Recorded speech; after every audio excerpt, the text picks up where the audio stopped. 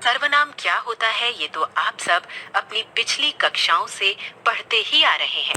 आज हम इसे और विस्तार से पढ़ेंगे। बच्चों, संज्ञा के स्थान पर प्रयोग किए जाने वाले शब्द सर्वनाम कहलाते हैं।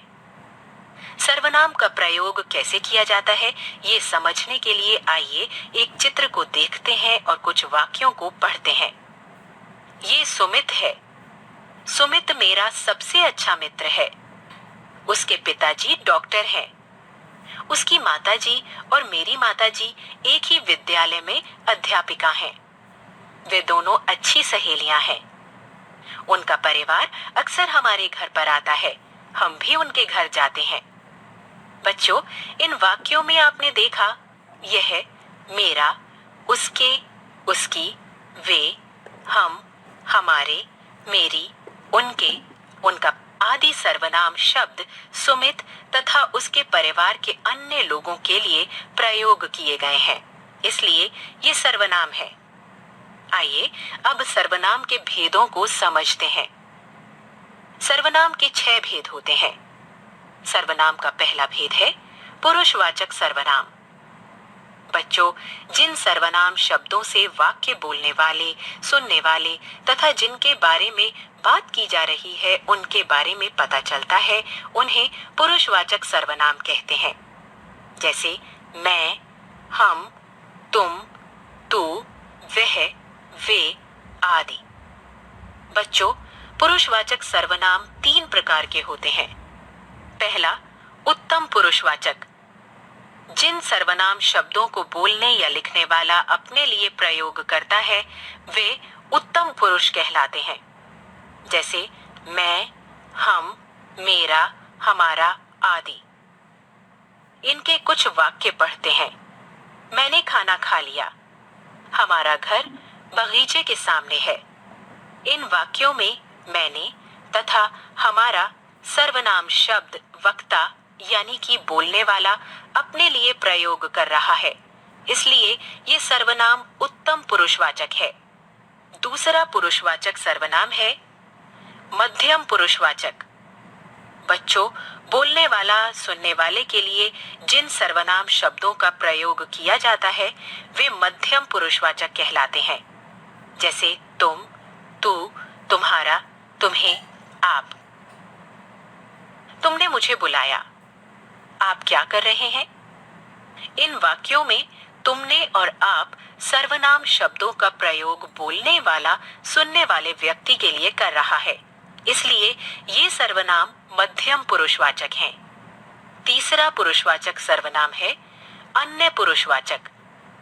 बच्चों, बोलने वाला जिसके विषय में बात करता है या जिसके विषय में कुछ कहता है वे शब्द अन्य पुरुषवाचक कहलाते हैं।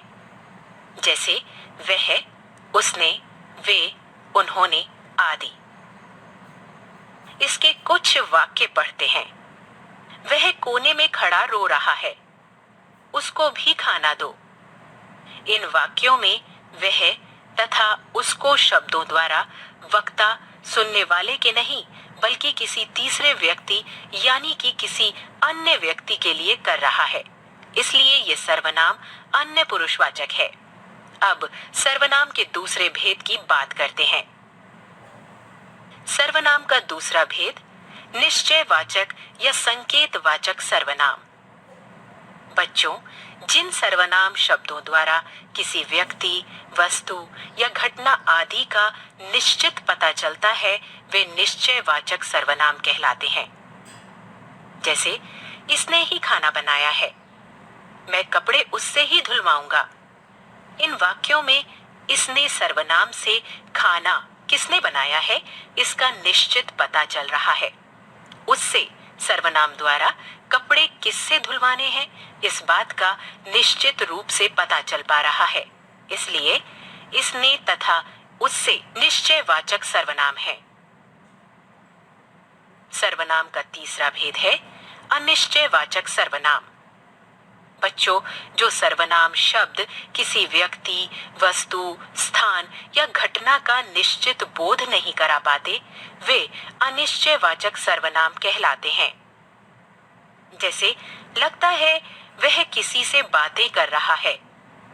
दरवाजे पर कोई खड़ा है। बच्चों, इन वाक्यों में किसी सर्वनाम द्वारा किससे बातें की जा रही हैं, इस बात का ठीक ठीक या निश्चित रूप से पता नहीं चल पा रहा है।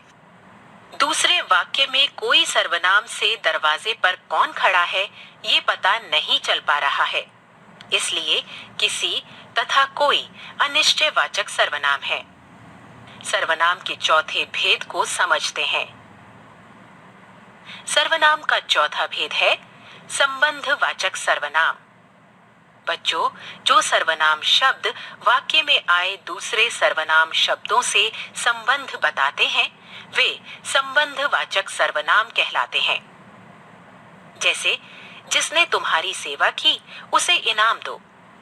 वह आया है जिसे आपने बुलाया था।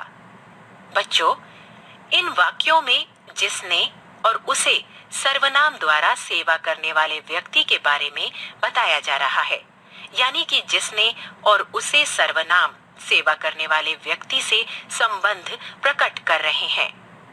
दूसरे वाक्य में वह तथा जिसे सर्वनाम का संबंध आने वाले व्यक्ति से बताया जा रहा है, इसलिए जिसने, उसे, वह, जिसे संबंधवाचक सर्वनाम है। पांचवा भेद प्रश्नवाचक सर्वनाम। बच्चों, जिन सर्वनाम शब्दों का प्रयोग किसी व्यक्ति, वस्तु अथवा स्थान के विषय में कुछ प्रश्न पूछने के लिए किया जाता है, उन्हें प्रश्नवाचक सर्वनाम कहते हैं। जैसे, दरवाजे पर कौन खड़ा है? तुम कहाँ जा रहे हो? इन वाक्यों में कौन तथा कहाँ शब्दों का प्रयोग किसी से प्रश्न पूछने के लिए किया जा रहा है, इसलिए ये प्रश्नवाचक सर्वनाम है। सर्वनाम का छठा तथा अंतिम भेद निजवाचक सर्वनाम। बच्चों, निज का अर्थ होता है स्वयं। इस प्रकार जिन सर्वनाम शब्दों का प्रयोग स्वयं, अपने या खुद के लिए किया जाता है, उन्हें निजवाचक सर्वनाम कहते हैं। जैसे, अपने आप, स्वयं, खुद आदि। इसका वाक्य पढ़ते हैं। उसने अपने आप ये चित्र बनाया। इस वाक्य में अपने आप सर्वनाम चित्र बनाने वाले के स्वयं के लिए प्रयोग किया गया है, न कि किसी दूसरे के लिए, इसलिए ये निजवाचक सर्वनाम है।